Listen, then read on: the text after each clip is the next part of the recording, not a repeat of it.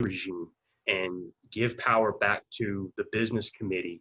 And if it comes time to make the decision that we want to entertain a setup where each business committee member, that is their sole responsibility, is to act in their official capacity and not necessarily collect payroll from other business entities or other departments within the government. Their full-time job would be acting as the business committee or slash DDA member in that capacity. And so another thing that I'd like to touch on with that is fostering a mentorship. You know, you touched on, you know, heaven forbid, under some circumstances where the chair, something happens to the chairman. As a nation, we should never be dependent on one person's ability. You know, the tribe is much bigger than that, and that's something that I would like to take on, and I would like to consider from a business committee perspective, is the establishment of a tribal youth council. And so with that, we can provide mentorship to our youth to go out and get their education, to bring it back to our business entities and to our tribal government, place them with some type of mentor to shadow and to train them up, and to train them up as future leaders of our tribe, and empower them with the tools necessary to take us into the future. And that's something that I would like to say too, is I don't plan on being a 20-year chairman.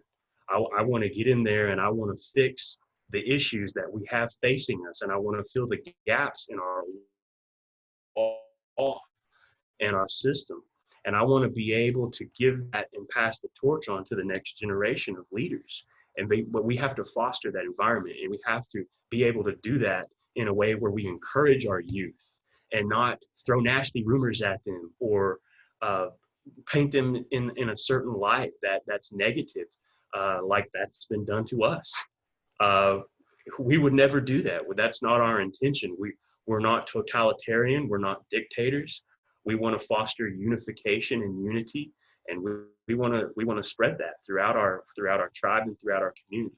And so that starts day one with the ability to reconstitute our government, fill our gaps within the system, and you know, be able to perpetuate that, you know, on into the future. Guys, for some reason our the first half of this meeting did not record. It's showing that it's recording now, but it did not record before, which really sucks. But just to go over a few things that we've gone over, so catch everybody up that will watch this on YouTube. Come on, John. I know, right? We talked about our the Bear lawsuit and the settlement and how it will be divvied up. You guys specifically stated that you would like to see the BIA do a distribution, and I stated that not every tribal member should be hung up on the $15,000, because that leaves millions of dollars in the tribe's hands. It'll actually be a lot more. It'd probably be, as Guy said, somewhere in between $25,000 to $26,000 per tribal member. Is there anything else that anybody wants to speak on pertaining to any of the information we've discussed tonight? John, are you able to tell when exactly the recording started? No, it just popped up recording in the corner of my screen, and I looked down and I was like, what? So I couldn't tell you. I think it was right there at the beginning of the question to you, or where you jumped in and started talking about the unification of the tribe, is when it popped up. So we missed a lot of it, unfortunately. Yeah. Wow. I had hit automatically record. Apparently it didn't do it. I don't know. Well, I guess we can go ahead and do I can move through. first subject, I mean, I did like how you broke down the bear litigation itself, that we are proposing that 100% of that money be distributed, and that it be distributed to all the tribal members, and that the Department of Interior do it. And the biggest issue is that any allegations of theft or embezzlement would require control. And there's only two arguments, and one of them is asking for control. Our opponents are asking for 100% of the money so they can distribute it, a couple $1,000s at a time every single year. And that can be done in one lump sum, and should be done in one lump sum by the Department of Interior to all the tribal citizens itself. But and I think we touched on the adoptee situation where Lauren discussed this as well, and we did not make a statement on it, but we have written about this extensively.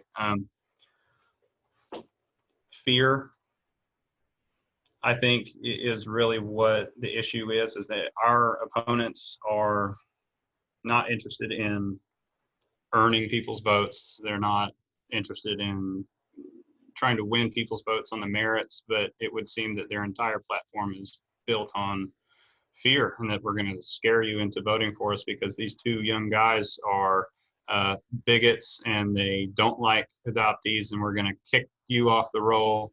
We're going to steal your bear money. We're going to fire everybody that works in the tribal offices. We're going to torpedo the gaming properties. All of this is at risk if you vote for Guy and Joe. And or even if you ask questions. And so I think that is really something to be touched on. And the rumors, I think, particularly about the adoptees, are gross, really offensive in light of the fact that our grandmother and our grandfather did, I think, almost all the genealogy for any of these families in question, prepared all of it, and I feel that it would suggest that we were raised in a household of hatred, and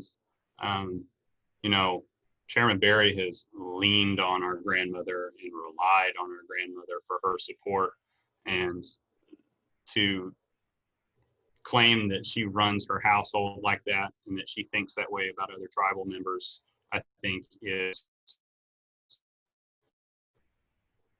a very, very, very awful way to treat somebody that has given you just undying support for the last 20 years. And except this year. Yeah, except for this one. Can't imagine why. But and I think that they're only interested in running on fear, and then pointing to the casinos and saying, look what happened while we were here, and taking credit for that. I mean, there's hundreds, thousands of tribal members that put their sweat and elbow grease into all these projects, and it's me, me, me, me, me, me, me. I. It's the I in tribe. But no, I mean, that really is something that we've tried to avoid. We tried to present people with facts. We've been earnest with people. We've been very honest with people. It's very easy to talk to people. It's easy to do this right here and field questions for everybody when all you do is tell the truth. So it seems as though the only thing you would be willing to avoid it is that you don't want to have to answer questions, or you're worried that you're going to have to lie to a room full of people. I think after that, we touched briefly on the Constitution and how we don't have one and we need one desperately, and to adopt the Indian Civil Rights Act to guarantee our tribal citizens with basic human rights, fundamental human rights. And many of our tribal members are mistaken that they think that their right to freedom of speech exists within the tribe, and it doesn't. We do not have a Bill of Rights. We do not have the kinds of protections that we are accustomed to, like the Constitution. And I think that a governing document for a government should always acknowledge the humanity of its citizens. And the fact that it has happened to take decades of people begging our leadership to put together a constitution, adopt a constitution, is evident enough that, our governing resolution is an imperfect document that really does benefit just a couple members on our business committee. And it is less of a democracy and more like a oligarchy. And we just have a system where none of our tribal citizens have an ability to go in and voice their opinion. They're not heard. They do not have a voice. And that has just got to change. And so, and I think if I recall Buddy's question was financing on the gaming properties is what I believe we talked about next, and how we're currently financing our gaming properties with high yield junk bonds, where we are only paying interest in large installments. The downstream is over $30 million a year, but it never reduces the principal on what is borrowed. It's very, very, very different than what you would normally have with like a car loan or a home loan, where you are steadily gaining equity in that piece of property that you're financing. And that doesn't happen for us. And come 2023, when we owe that original $270 million back, if we don't have it, we'll have to refinance again, and the cycle will just start over and over again. And the only people that benefit off of that are bankers, financial consultants, shadow financial institutions, two-man outfits based out of Austin, Texas, and my suspicion is the person who put together the financing in our tribal leadership. And so it does not serve to benefit the tribal citizens as well. And so we need to be paying that debt down so we can pay these properties off, so that those profits and that revenue can go towards our benefits programs, and so that it can make its way back in the form of a dividend to tribal members. And it would wildly improve their quality of life. And I know it's possible because there are dozens of other tribes that do it. And so that has to be done. And I know Joseph touched on some of that revenue making its way back in terms of a benefit for our elders. There's Title 26. Title 26 is the IRS code, and I think you can explain it much better than I can. But yeah, sure, go ahead. Yeah, since we're recapping, recapping everything. Under a tribal elder allocation plan, what that does is there is a code provision within Title 26 IRS code where it's a tribal general welfare. And what that does is it allows tribes to, and it's been around for about a decade now, and we should have already been looking into this. But what we'll do is create this allocation plan, and it creates a tax exemption where our elders can receive a monthly or quarterly, at least a quarterly payment, regardless of their geographic location. We're talking all tribal elders would be entitled to this, and it would be tax-free exemption under the code as it is written in law already. And so what else? Insurance. Yes, we did touch on insurance and our tribal citizens' dissatisfaction with UMR. And I had to say, we did say how we've had tons of tribal citizens calling us to let us know how they're not happy with it. And it's not just that they're not happy with it, but it's not benefiting them. It's not serving them when you've got tribal citizens that are unable to pay for their chemotherapy or their Neulasta, and they're being sent to collections with a $30,000 medical bill, and they're being told that their health insurance that our tribe pays so much money for doesn't cover anything, and you're going to have to pay for your chemotherapy out of pocket or you're going to die. is absolutely insane, and it needs to be addressed. I mean, people were very happy with our insurance coverage with Rob Weaver beforehand. I We'd seen it firsthand, but that would be something that we'd be looking at if elected, be going in and um, opening up bids, shopping around for the best insurance possible so that we don't have any dire situations like this with our tribal citizens. And so they don't have to go to business committee and beg for a donation so that they can go see their doctor in Oklahoma City, because our Indian clinic does not provide the special need that they require. And I think that it mostly, or not mostly, but it does largely impact our elders. And I think that that was the context in which we were talking about this in. And in addition to the Title 26 program, with the casino earnings and our insurance, the ability to make sure that some of these earnings make its way back so that we can bolster our benefits for our elders, whether it be going into housing. I guess it's not something we talked about, but I would like to talk about it. We do have elder housing, and it's a step in the right direction, but it could be so much bigger and so much better. But that has to start with open, honest, and transparent bidding, to have bidding at all.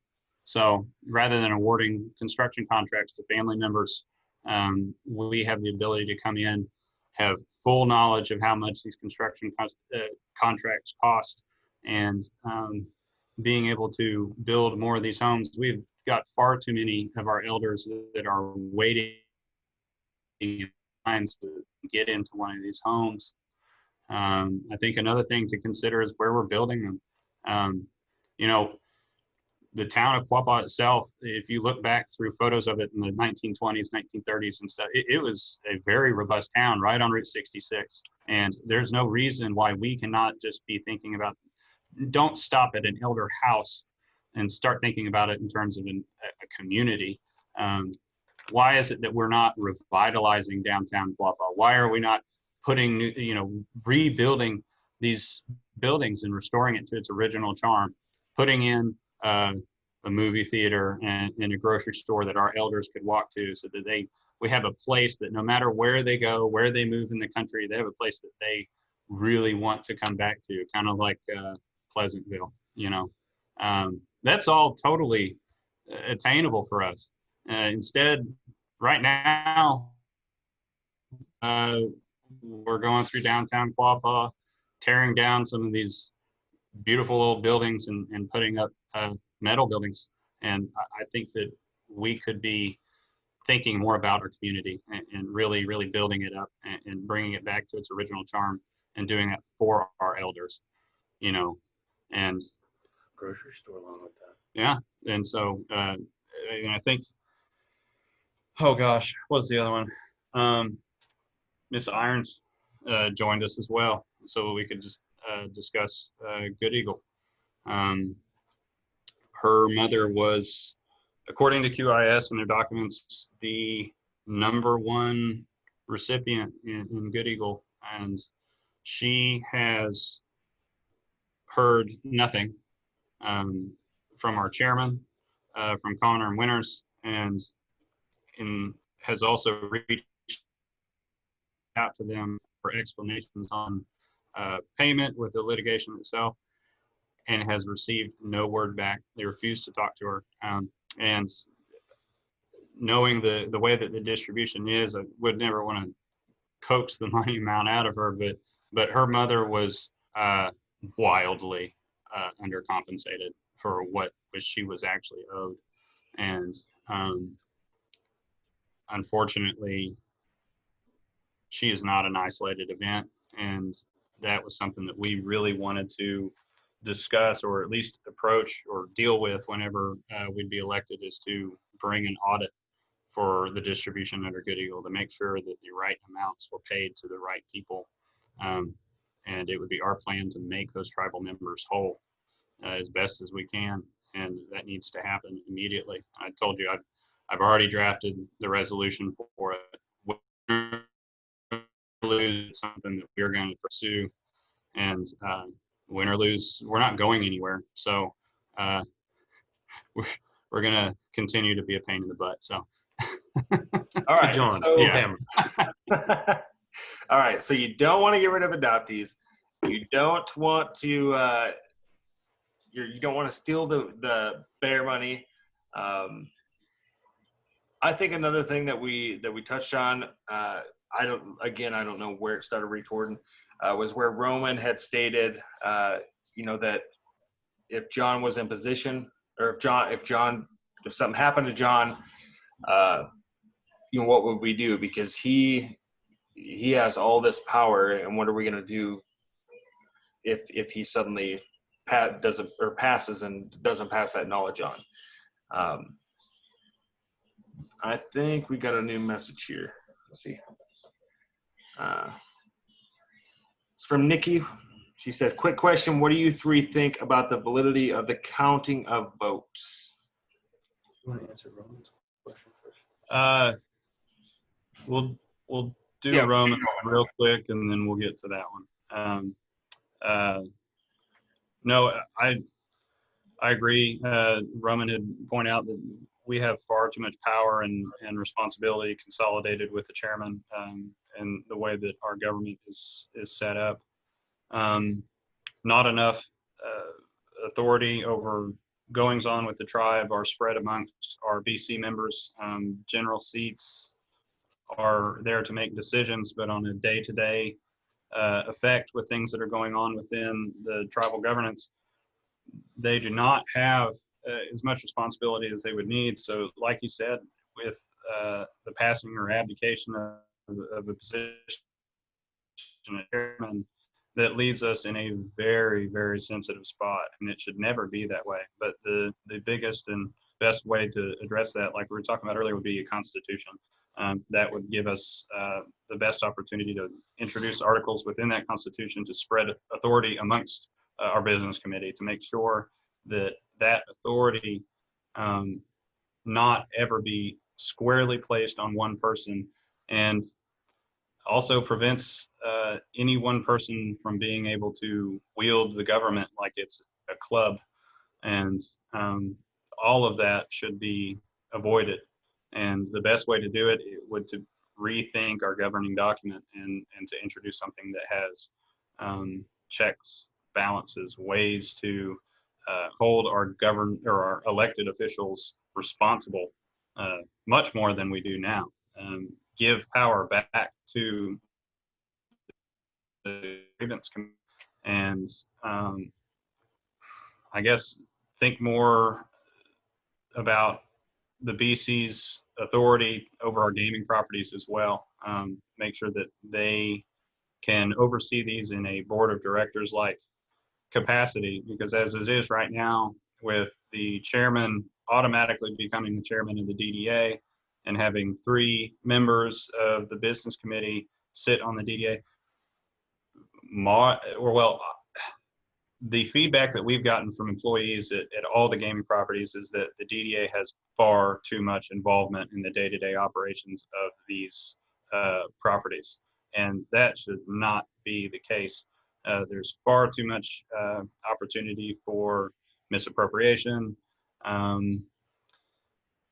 discretionary spending, particularly whenever they refuse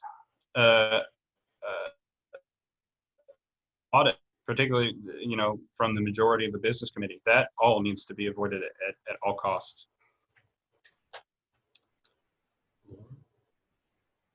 Lauren? Okay, so I completely agree. We need a constitution. And one of the things I would like to look at would be, especially during this pandemic, instituting a potential 4-day work week, ensuring that all employees are paid a living wage and all employees have health insurance. And touching on health insurance, I personally could not work for the tribe. I would not be able to afford my health issues. I have chronic migraines with Aurora. So I have to have health insurance through a private company and then use ours to pay that copay, because it's astronomical, the treatments that we have to go through. And I know that many others in our community also are going through similar treatments as me with migraines. And I know that we are going through cancer. Like, I assume it's the water, because too many people in this area are experiencing similar symptoms. They're going through cancer rates. We're all having lung issues. Taking care of everyone in that manner is important, especially as whenever we're aging, it's going to get worse. And within the building and the elder community, there are so many things that we could be doing in fostering a community environment with the way that it's structured, the building, the environment that we're in can be fostered. And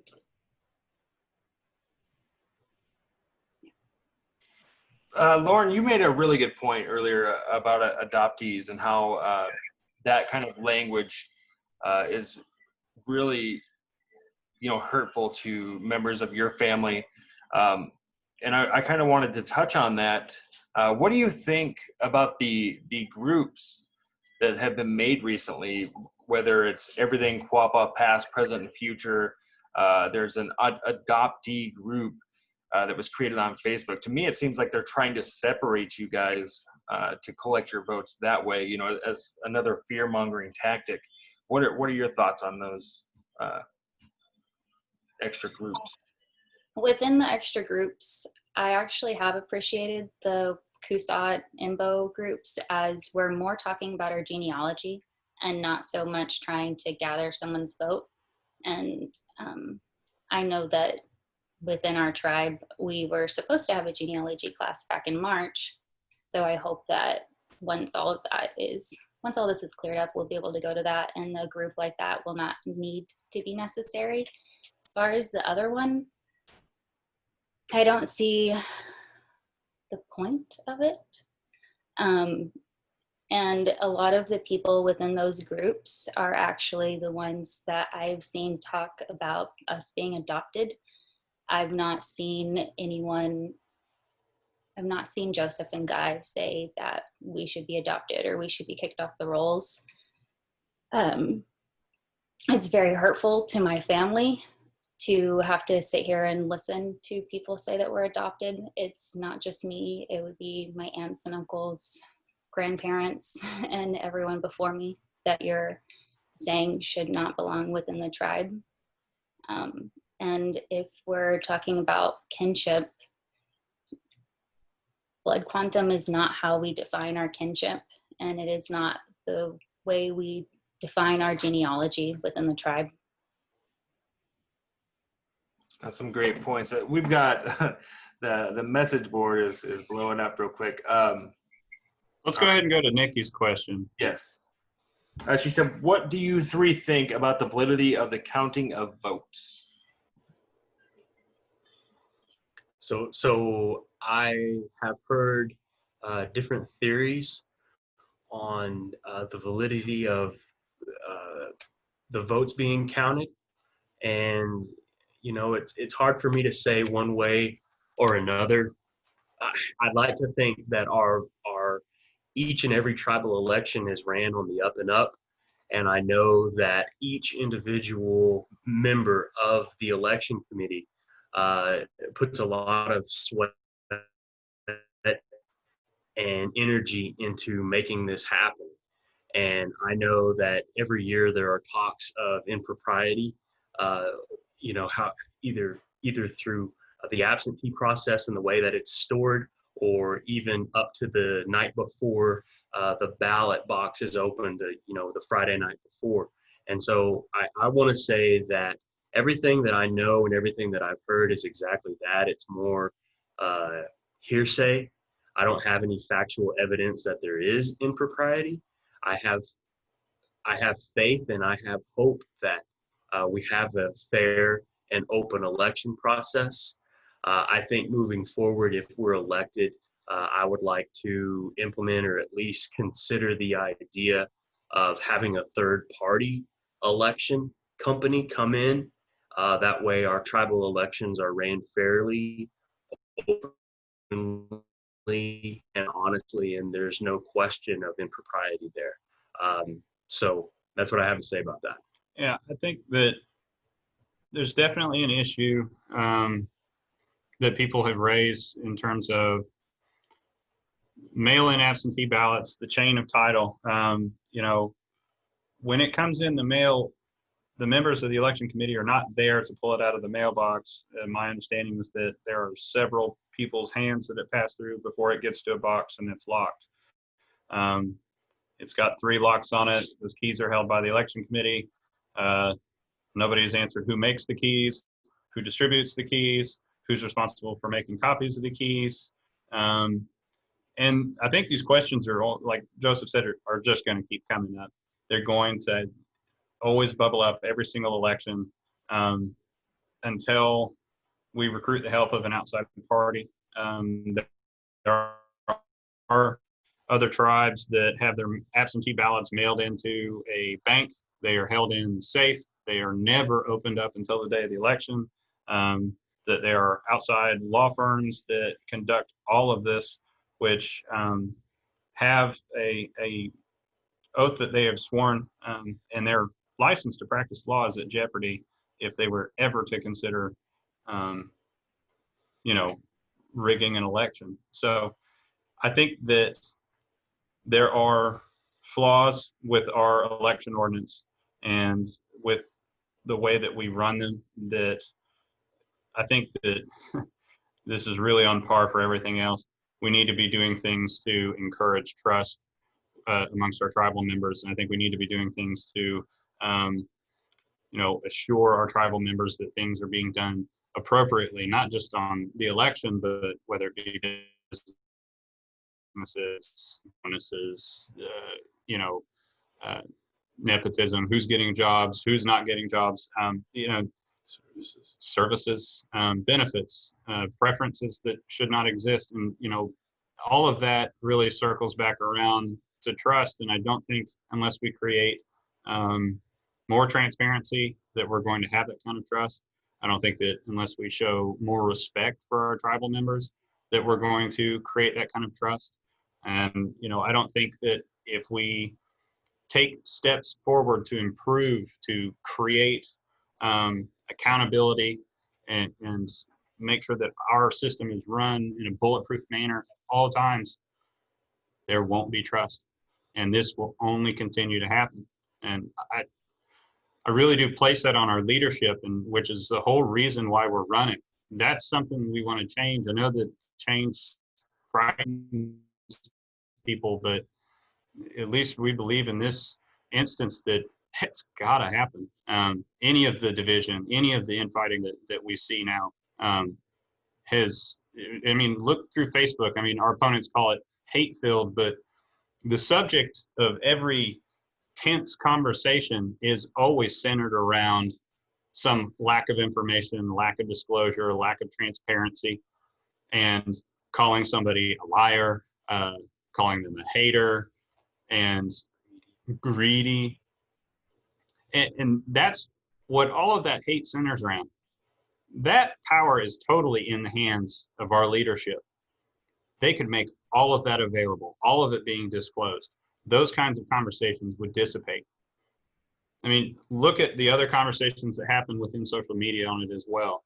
People's accomplishments, or their kids are going to school, the loss of loved ones, it's all very positive. It's there. But our division is fueled by trust, lack of respect, and lack of transparency. I agree with you guys. That's why I created Everything Quapaw in the first place, was to bring unity within our tribe. And unfortunately, when you have a lack of transparency, it is hard to become unified. There's another question. It's what are your opinions about the CARE Act monies, or about how the CARE Act monies were distributed?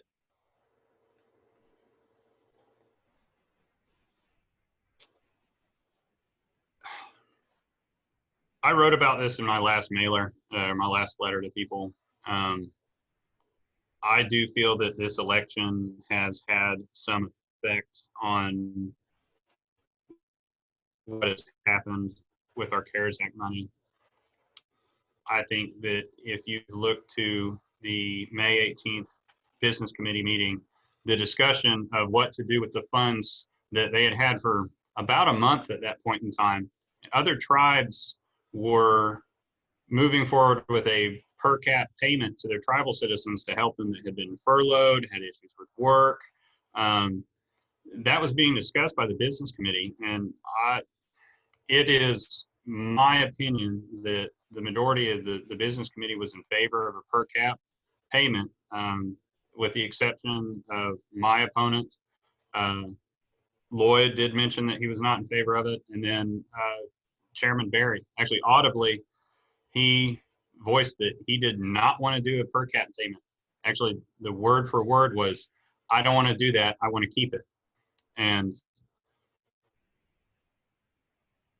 I think the following week was when we began to press the issue that that needed to happen yesterday, and that kind of distribution, that kind of financial help, which was what the CARES Act was meant for, should have already happened, that we shouldn't have to be writing that kind of correspondence. And then within a week or two, Chairman Barry has a press report out to I forget the media outlet, Native American Daily. Might have been Indians. Yeah, Indian Daily. But in any event, that he was very proud to be the one to do it. He did it, despite just moments before that in a business committee meeting saying, "I don't want to." And so we did say that we believe that it may not have gotten the support of our opponents had the issue not been pressed. And in terms of the remainder of the funds,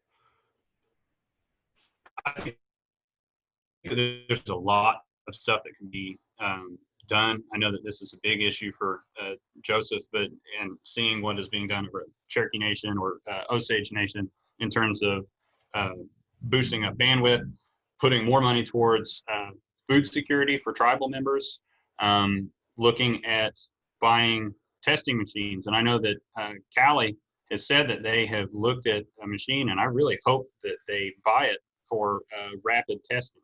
And as we've seen now with the large influx of positive tests coming in, it is getting harder and harder to get a rapid test result back. And some people are waiting 6, 8, not 10 business days in order to get a result back and living their normal life after that test. And by that point in time, they may have been through the quarantine period and have infected countless people. And if it's within our ability and we have the financial resources to be buying this kind of equipment, to be doing this kind of testing, it needs to happen. And it needs to have already happened. So, but you have anything to add? Yeah, absolutely. I think there are opportunities being missed currently as it stands by John and Tamara as well. Under their leadership, we should have already been looking at ways to go after some of this CARES Act money. And from my understanding, we had, was it a $3.6 million distribution to us? Is that correct, John? I believe you're accurate on that. It's 10, Okay, so $3.6 million. what they told us, but we found out later it was somewhere in the ballpark of 10 million. Mm-hmm. Okay, so I got a second wave. Okay, so yeah, $10 million that could have gone to the distribution of individual members, but also we have an opportunity to build our infrastructure as a tribe, something to leave for future generations for years to come, in terms of telehealth plan, being able to provide better care and better service to our tribal elders, making sure they make it to their doctor's appointments, ensuring that they have their prescriptions delivered to their front door. There's also, like Guy said and touched on, the testing equipment that we could be purchasing right now. The ability to put money towards like a grocery store, for instance, being able to fill the gaps in the supply chain that were impacted by this COVID-19. We understand that a lot of families were impacted financially. And so we think that our current leadership is really behind the eight ball on this, and they've taken a really let's wait and see type of attitude. And we need to be forward thinking and set these programs up and be able to get the money to where it needs to go. And then another idea was to have support and supplement educational funding. So for all of the youth that are going back to school in the fall, what are we doing to put them in the best position to move forward? The ability to log in via internet or from their laptop, that's going to be huge. And I don't want to see our tribal youth and our tribal communities left behind whenever all of their peers are out there getting funds and our tribe hasn't stepped up to the plate. And I think we should be doing a better job to serve our tribal members all across the board when it comes to our CARES Act. Joseph, I just want to touch on where you talked about the youth going back to school. I know several tribes have actually put it forth that if you were going to need a laptop or a desktop or an iPad or whatever it may be, that they would supplement up to $700 towards getting that, because of course we don't know what's going to happen with school. I know there's several ideas going on right now, whether it be children wearing masks to school, being separated in class, or even doing homeschool again. And if it's homeschool again, like you said, there's several individuals that just aren't prepared for that. They don't have that. They would have to borrow from the school a iPad or whatever it may be, Chromebook, and I think that's a very good idea. As somebody who has experienced the scholarship funding from our education department, from our Quapaw education department, I, for one, do not want to see any child fall through the cracks when it comes to our education. And so that falls in line with a tribal youth council. That falls in line with CARES Act funding for not only the ability to connect via a new laptop, but expanding our tribal broadband in our tribal communities is of utmost importance. I see tribes with forward thinking. They're putting money towards their telehealth. They're putting money towards education. They're putting money towards their processing plants and their food supply chain to help fill those gaps, to make sure that their tribal members are fed and they're getting food. I think that there's ways that we can go about this, and there's other tribes that are already receiving their second and third distribution. And our current leadership right now is just sitting there with this wait and see type of attitude. And I don't agree with that. And so that's something that we would like to be able to look at on day one, talk to the rest of the business committee to see what can we do to better serve our people with this CARES Act funding, and how do we build infrastructure that we can have for future generations.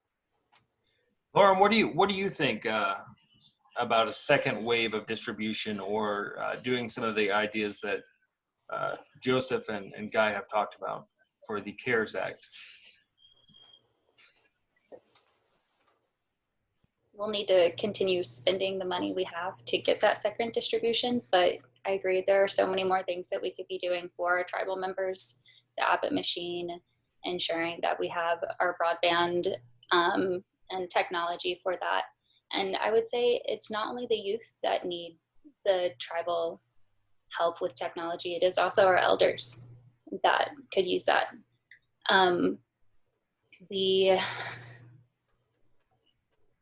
We can just be doing so much more with that. I did want to touch on Nikki's question. Do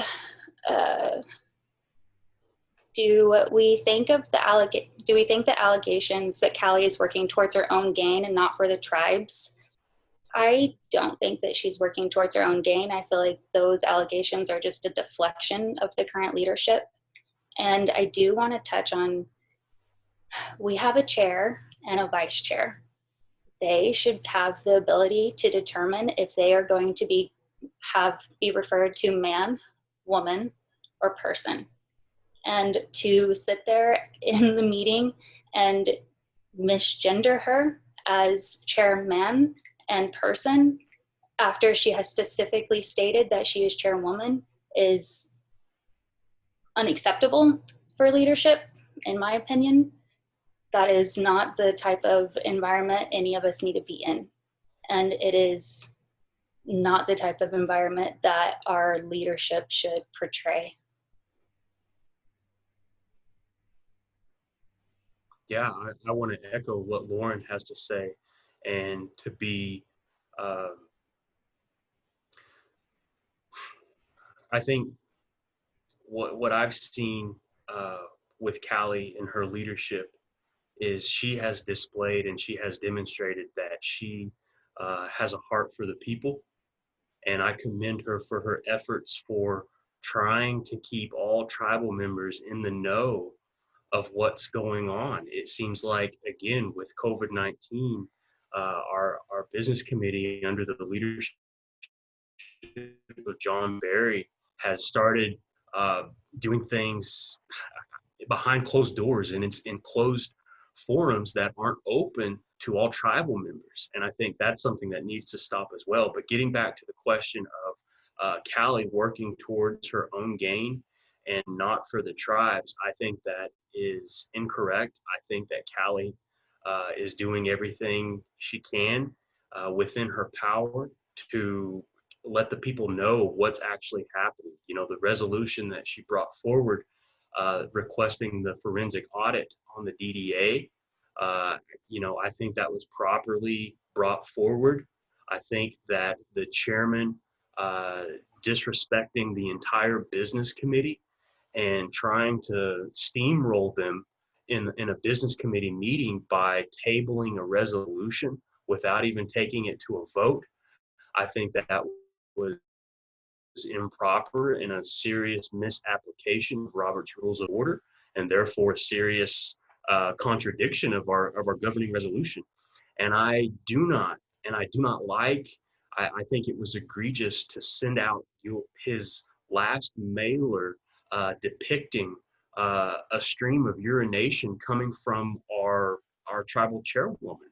I think that's seriously disrespectful. I don't think that that is any way, shape, or form how a tribal leader should ever act. And I think that time and time again, you see if anybody challenges the authority of this man, he calls them greedy, he calls them selfish, he calls them liars. He paints them into this picture that's absolutely ridiculous. And he's been able to do this for year after year after year, and it has to stop. And that his disrespect towards not only a chairwoman, but also his disrespect towards our tribal lady elders, Flossie Matthews, Gracie Good Eagle, our Dina Moore, our grandmother, Jean Ann Lambert. He's been disrespectful to all of those women. And I see a pattern here that it just doesn't sit well with me. And that ties into where we stand on our special domestic violence against women. Our reauthorization of the Violence Against Women Act of 2013, we need to flex hard on our tribal sovereignty to be able to go after, assert criminal jurisdiction over any non-Indians that are, you know, committing these crimes, these violent crimes against our women, against our children, protecting our youth and protecting our community. So it all goes hand in hand. It's a serious disrespect to Callie and to other members of our community, and I'm not going to stand for it. No, I think he's absolutely right. And I don't think it makes logical sense whatsoever, too, particularly when you consider what Callie and Zach are putting at risk.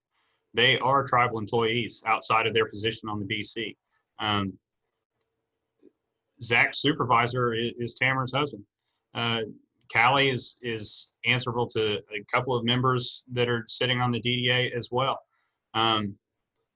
Their job or their employment is at jeopardy, and they're doing that in such a selfless way because they have been asked questions. They swore an oath to uphold our governing resolution and to protect our tribal members. And then when they go ask questions, it's met with deflection or a caricature, an extremely offensive caricature that they mail out of her urinating on herself as if she's afraid. But that's literally their brand of leadership. I think that it is, like we discussed earlier, it is fear versus respect.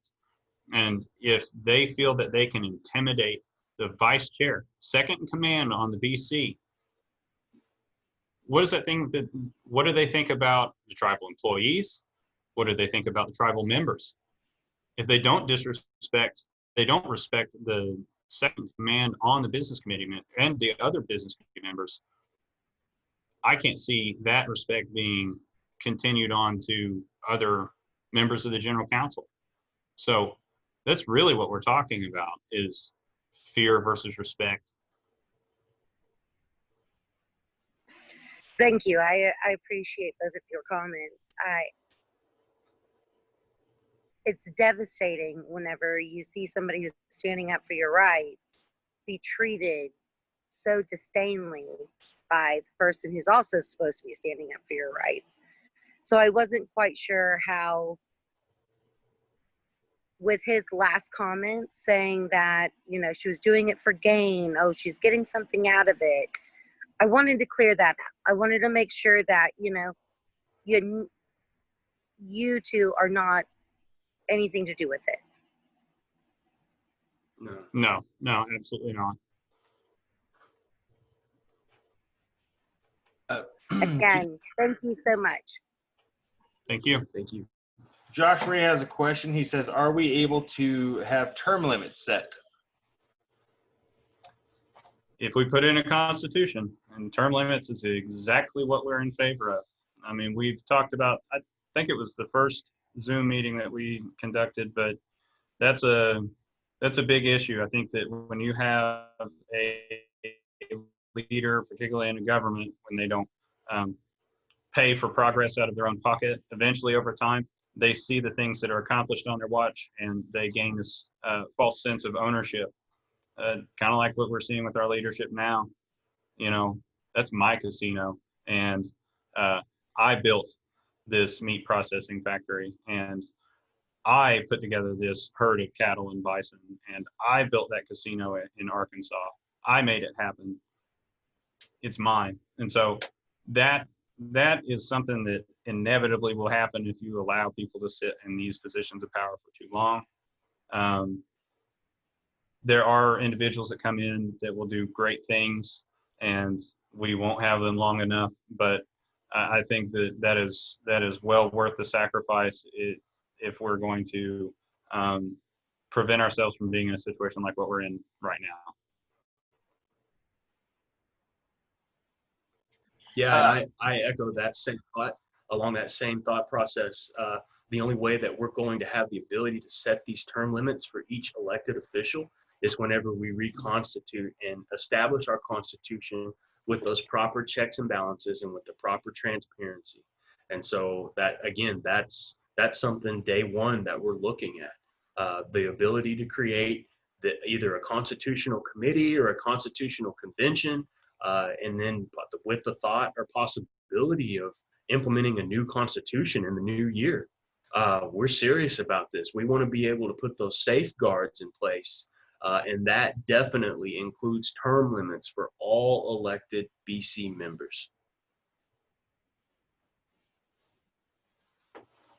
I also want to touch on what you guys were talking about earlier about Tamara's husband being Zach's direct supervisor.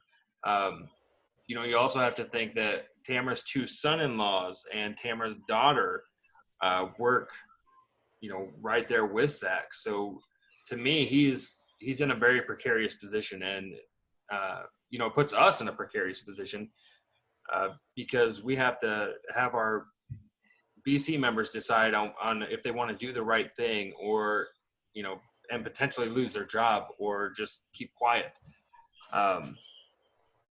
But I want to see if anyone else has any questions for these guys. I mean, they've been on here for 2 hours with us now, and I can't help but appreciate all three of you. But before we go, I just want to see if anybody else had a quick question.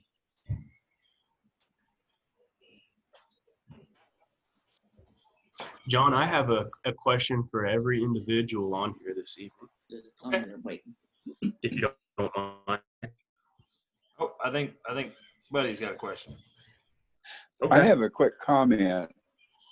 I just want to thank the guys for presenting this program this evening and give them my best wishes and hope everything can come through that we're all hoping and praying for.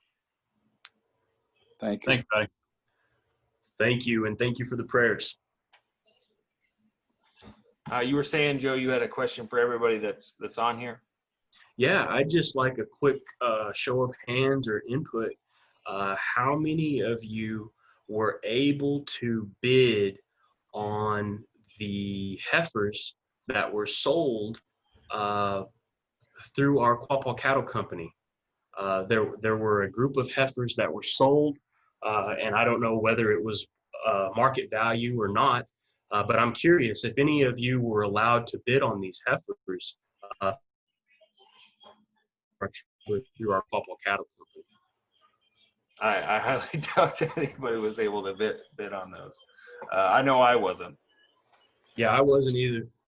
I never heard anything about it. So Has that ever been determined if it was even was it public knowledge? I didn't see anything. I went back as soon as I heard about it. And I'm a digger, man. I'm looking for information. I'm looking for the truth. And, no matter who's in office, be warned. Like that's what I do. I look for the truth and I follow the trails. And that's what I started doing when I heard about, he posted this video so callously about what he received from the tribe. And, I scrolled through every document that I could find. And, I didn't see any public posting about any cattle or any livestock in general being offered for sale other than stuff that was put up for auction that was held at two different venues, one venue in Joplin and also the one that the tribe hosts. But other than that, and I know he didn't attain those from neither of those locations. But this is another one of those things that I'm still looking for answers on.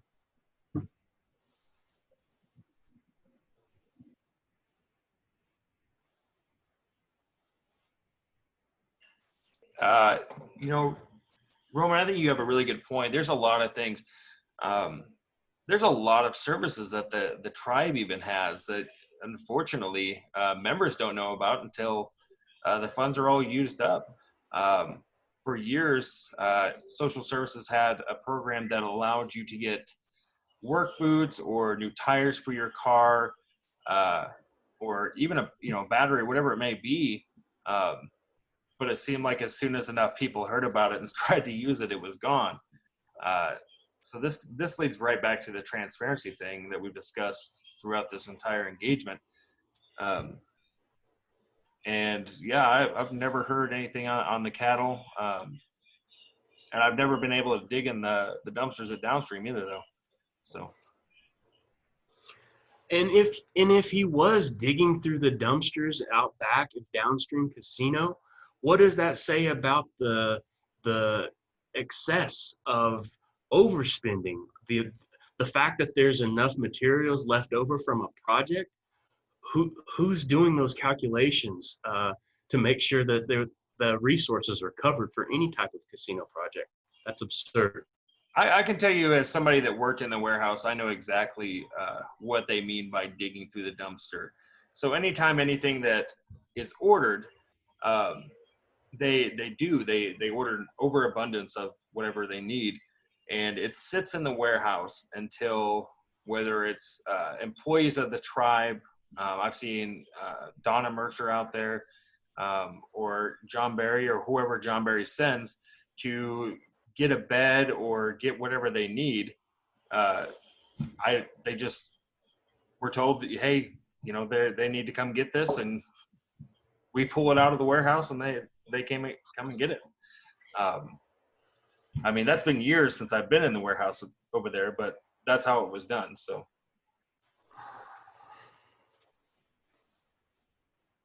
Nikki had a question regarding the agricultural products of downstream and being able to help tribal members and then our opinions on expanding the program to help grow and feed our people in need. I am in full support of that idea. Along with tribal sovereignty, food sovereignty runs, along with that. And so I think that there's CARES Act funding that we should already be putting towards expanding our agricultural programs in terms of the produce and the food that we can give to tribal members. I think that we should already have our grocery store blueprints ready to lay the foundation for that, and to be able to offer that up to any of the tribal members that want to come and have a food distribution pantry that's Quapaw owned, that's operated by Quapaw, that is staffed by Quapaw tribal members, and that feeds Quapaw tribal members as well.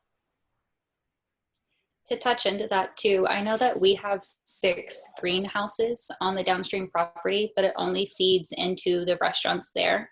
I think that we should be implementing greenhouses for our own use, as well as like a vertical garden.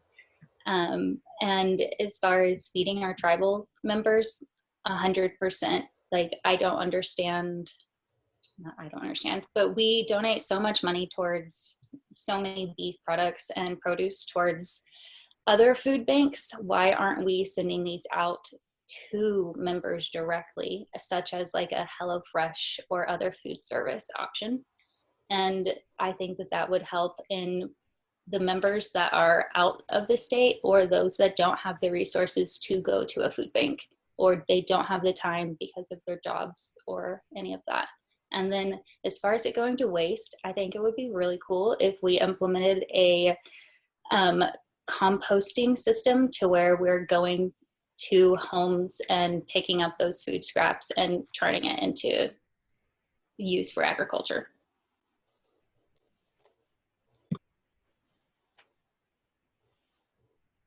I think these are all great ideas that you guys have. If anybody else has a question, please state now. As I said, we've had these guys on here for 2 hours and 20 minutes now. So, I mean, I appreciate every second that you've given us. We surely didn't get this from John and Tamara. So, I really commend you guys for answering to tribal members. And that's what this is all about, is, having that transparency and having a better tomorrow. So I think that's a good point that you bring up, John. The ability to not only be transparent, but to communicate that and be open to the public, to all tribal members. That's something that I want to vouch to you. After this is all said and done, and I'm hoping for a good outcome on Saturday. And if I'm your chairman, if I'm elected to the position of chairman, you have mentioned previously that a lot of candidates use this forum and use your page as a platform, and then once they get elected, you don't hear from them again, or their contact is minimal. And so I want to be able to keep that communication open between our government, and to let the individuals know, the voters as well as all the members know what's happening with their government, and to maintain that transparency. And I vouch that I won't be hiding behind closed doors. I want to be held answerable to the public and to be held accountable, because we want to work for you. I want this. I want this. I've been training for this moment, and I really feel good about it. And I hope everyone also feels good about this, because change is coming. And in the unlikely event that by some fallacy I don't get elected, again, we've said it before and I'll say it again, we're not going anywhere.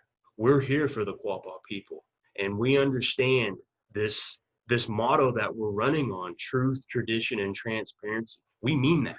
We mean all of that. And we bring all of that to the table. And so I'm excited for Saturday. and I hope everybody else is excited for Saturday. And I want to encourage everybody to get out the vote. Polls open at 9 a.m. Come by mine and Guy's booth. We're going to have something going on. I know that there's talk of meat pies. You're going to have to come by and check it out to see yourself. But I welcome anybody and everybody to come pay us a visit. And I like having these discussions. And I hope we can have more of these to build on this and to foster the sense of community that's been long overdue. So thank you, John, for your efforts in allowing us to present and engage with these fine folks this evening. So thank you, Gunny Ganigay.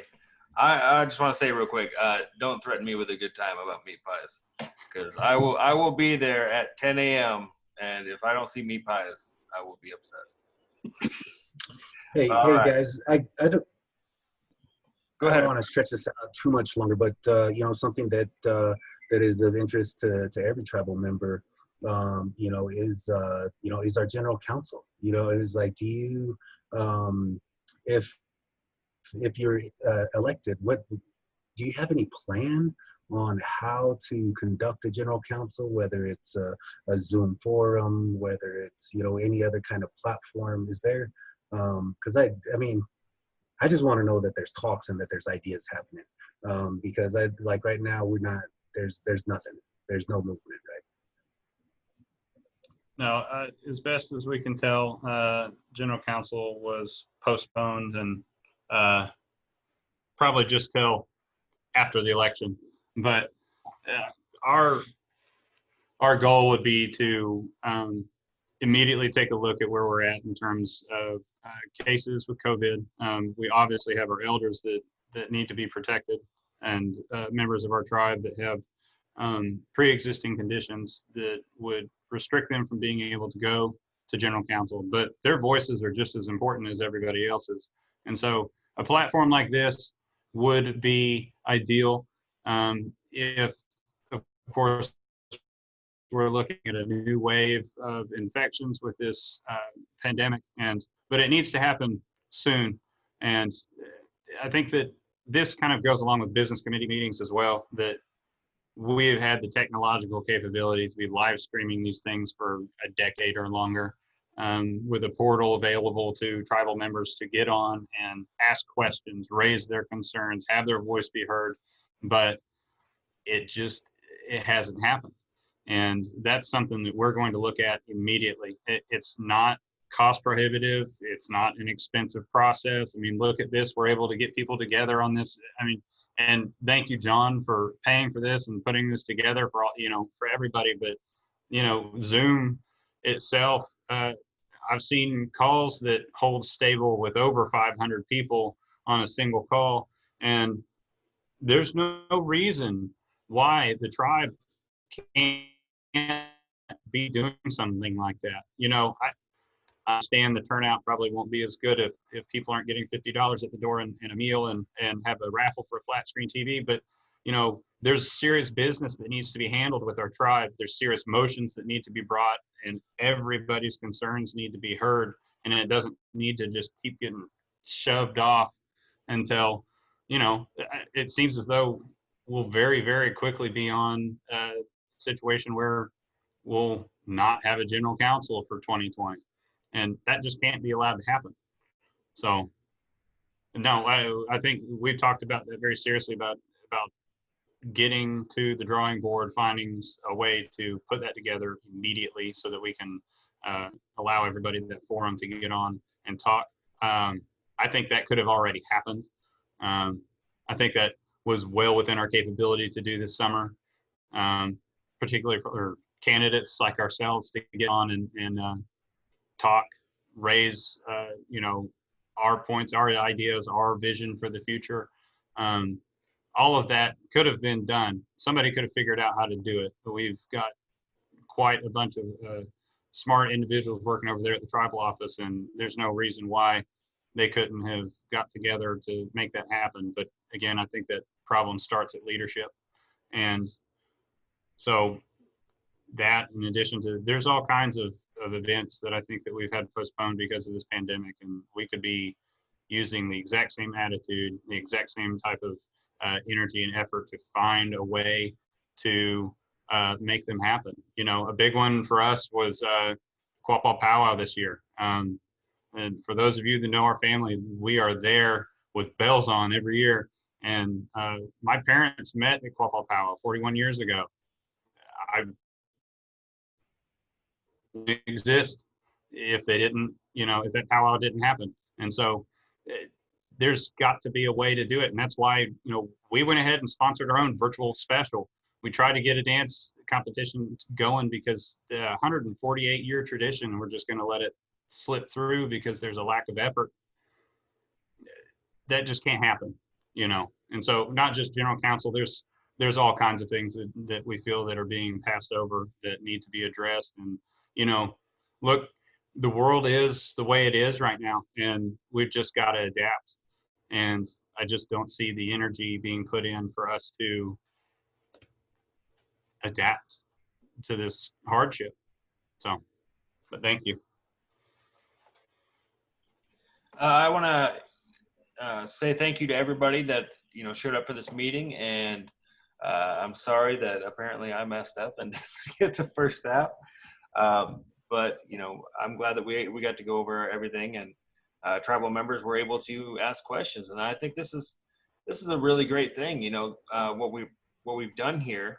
And hey, I'm all for you guys using everything Quapaw to, you know, keep the information out and you know, just be public servants as you're supposed to be. So I hope Saturday fosters good change, and you know, I hope you all have a great weekend. Hey, John, real quick. Yes. I feel like Guy and I were able to give our closing remarks, but Lauren, if you'd like to say something, you know, you definitely more than welcome to.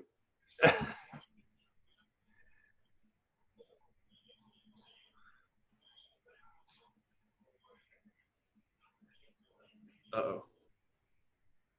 I mean, I just echo mostly what you guys are saying. And I hope that we're able to take a look at both sides and determine who you think is going to actually better our nation and better the tribal citizens, and who you think is going to vote for you or fight for you. And I hope that you show up on Saturday. All right. Well, you all have a great weekend, and I will be having sleepless nights until, you know, we hear. So have a good night, everybody. Go vote. Go vote. Go vote. Thank you.